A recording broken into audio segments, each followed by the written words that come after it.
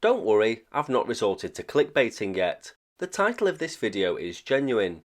Betteridge's law of headlines is a saying that goes along the lines of, any headline that ends with a question mark can be answered by the word no, but this isn't the case either. Bear with me. I received a comment recently on this video that said in 1994 there was an attack on a radio communications tower in Delamere Forest in Error. The tap was known about, but not exactly where it was located. Someone tried to knock the tower down. I only know this because of a building survey as an emergency to make sure cracks and damage would not cause too much of a problem. I've heard mutterings along similar lines elsewhere on this, but have never found any substantial evidence. So I'm throwing this out to you the viewer, and especially DDR 2024, to hopefully provide us with more information. That being said, I couldn't mention the Delamere Forest site without taking a visit. So it's a cold Monday morning, I've got the world's heaviest camera kit, drone and tripods in my rucksack, and I'm about to set off up the side of a very steep hill to visit the Pale Heights radio communications site in the heart of Cheshire. Of course, before we go, I need to quickly go over why there may have been an alleged attack here, and discuss the tap. This unusual looking tower was located 11.5 miles away on the boundary of the British Nuclear Fuels Limited uranium enrichment plant at Capenhurst in Cheshire until 2004. It became involved in a scandal on Thursday the 15th of July 1999 when Channel 4 News exposed the 10-year spying activities of the British government, who used this unusual looking telecommunications tower to intercept all phone, fax and data traffic between Britain and the Republic of Ireland. How? Well, the Capenhurst Tower was located right on the microwave line of sight between two existing British Telecom radio towers.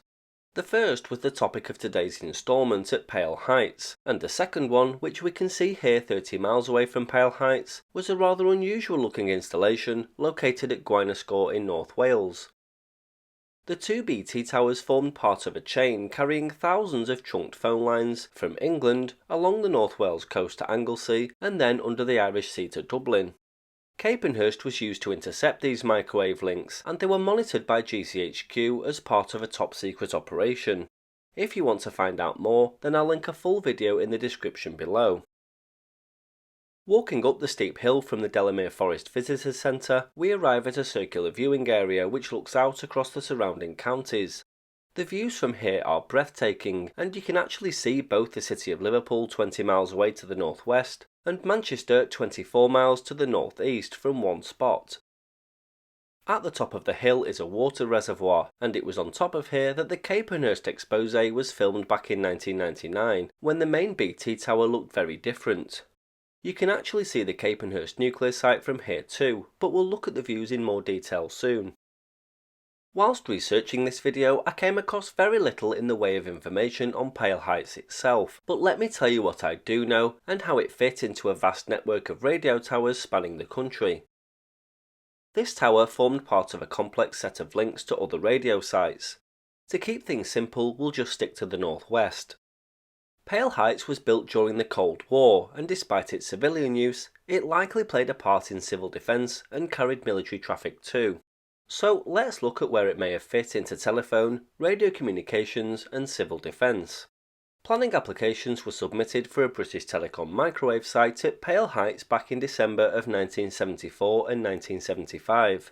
The building has gone through some modifications and extensions over the years, but it remains pretty standard. Prior to the construction of the BT tower, two Home Office towers were built close by, which we'll come to soon.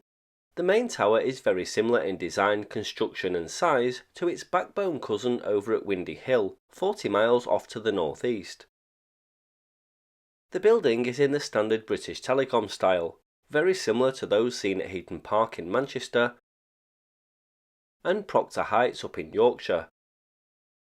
Communications between emergency civil defence headquarters relied heavily on telephone trunk data cables, especially during the Cold War, which in the early 1960s was relayed away from likely targets for possible nuclear attack. An example of this would be the underwater cable from Colwyn Bay to Heysham, which bypassed the Liverpool to Manchester area.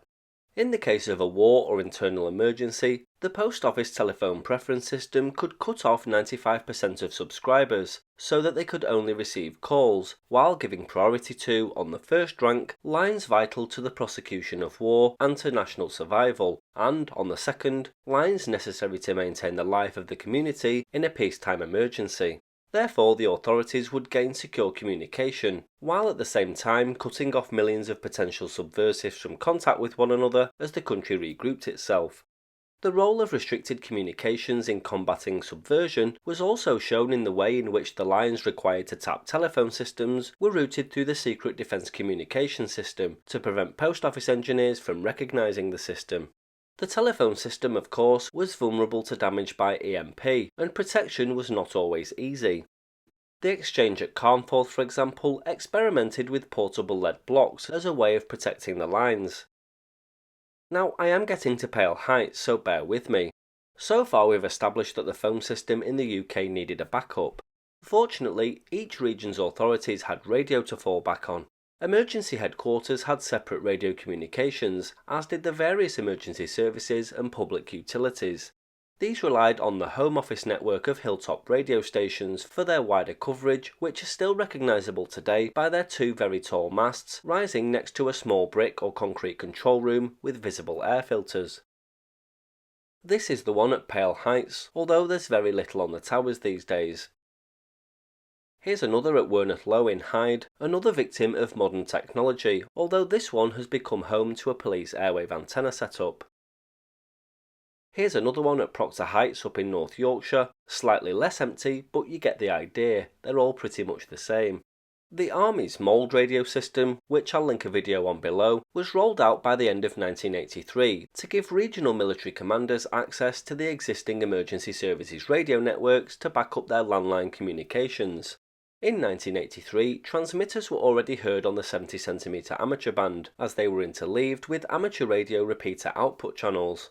The Mould transmitter on Winter Hill in Lancashire came on just before Christmas of 1982, with an output power of 500 watts, and made the Liverpool amateur radio repeater unworkable in parts of Merseyside. Other reports of interference included reports of female radio operators using Army radio procedures on the system and PI personnel testing the system too. Pale Heights had a Mould repeater here on 433.1625, and it would have likely been sited in one of these huts with its antennas up on one of the Home Office towers. So back to the main tower. BT, or the Post Office as it was known back then, supplemented its cable network using a system of microwave towers, which double-routed away from likely nuclear attack targets.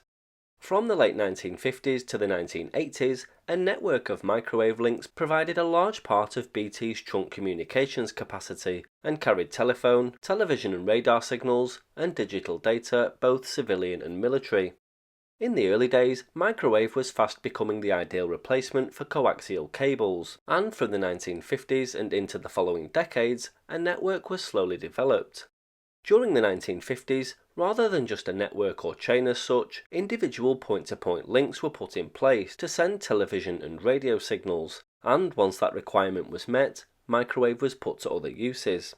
By the 1960s and 70s, the first long-haul systems were starting to be put in place. These offered huge capacity with a high level of security, but the microwave system was more than just a secure system for the transfer of TV and radio signals. A huge network of undersea cables and satellite stations fed into the UK microwave network, which were then carried over a number of routes. Interestingly, some links led to the tower at Hunter's Stones near Harrogate in Yorkshire, and then signals allegedly travelled via cable to the nearby secret US National Security Agency base at Menwith Hill. Early on, sections of the BT network used microwave dishes, and later these huge horns became more popular as they provided dual polarisation and dual band operation for increased capacity. Technological developments in microwave antenna design meant that horns were eventually phased out in favour of the more commonly seen drums. The most notable microwave system used for defence was Backbone, a countrywide network of mostly Chiltern towers built to safeguard long-distance circuits in the event of a nuclear attack. The Chiltern Tower is one of the most recognisable in the UK, and I've done a video on Backbone which you can find in the description. Here's a backbone tower at Sutton Common near Macclesfield. They're easily identifiable due to their characteristic concrete reinforced design. There's one at Pye Green in Staffordshire reaching skyward from the forest floor, albeit much taller than Sutton Common. A reserve backbone spur was created at Heaton Park in Manchester too, and you'll note the same concrete design. Pale Heights Tower was linked to Heaton Park, which tied into backbone, and also the main BT network between Winter Hill in Lancashire and Sutton Common in Cheshire. All of these links meant that it's completely reasonable that Pale Heights carried some top-secret communications during the Cold War. Later it was also linked to Llangollen and Mold in North Wales, Derby House and Fazakerley in Liverpool, and also remain linked into the main UK microwave network via Heaton Park in Manchester, the redundant spur of the backbone network. The link to Fazakerley was a local spur created in order to relieve cable routes and apparently provide television links for Granada Television Studios in Liverpool. The tower is still standing today, albeit empty. Derby House was a Granada TV related link too. The television link to Mold was provided for HTV's studio there, as part of the circuit routing via Manchester en route to Cardiff. The BT microwave network was developed as far as it was going to be by the 1980s, and it covered most of the UK. At its height it carried television and radio signals, telephones and radar, and served both civilian customers as well as military establishments. Eventually, fibre optic cables started to be rolled out, and during the early 2000s, many BT towers were stripped of their dishes, leaving many of them a shell of their former selves.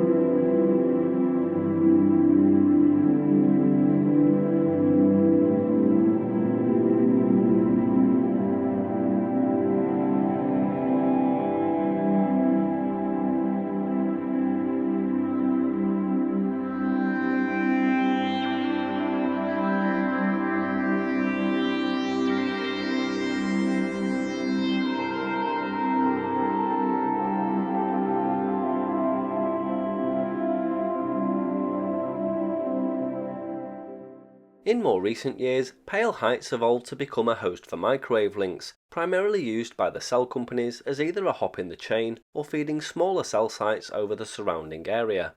Here you can see the most recent BT links, which mainly feed cellular sites, and I'm assuming mostly for the EE network. Vodafone has also used Pale Heights for the same purposes, with some long-distance microwave links in place feeding other cell sites. O2 Airwave also feeds relays in multiple locations using microwave as part of the police's Tetra Airwave radio communications network. And Cheshire West and Chester Council has microwave links based here too, likely passing data and telemetry, CCTV and internet between the multiple sites it controls. As you can see today, there's not enough microwave dishes on the main tower to be doing all of this, but what I've shown you is the most recent. It's clear to see that many dishes have been removed from Pale Heights, and the Home Office towers are pretty much empty too. So that's everything I've got on Pale Heights. I'm sure there'll be people watching who will know much more and be able to make any corrections to anything I may have gotten wrong. If anyone knows more about the attempt to blow the tower up, then let us know in the comments or drop me an email.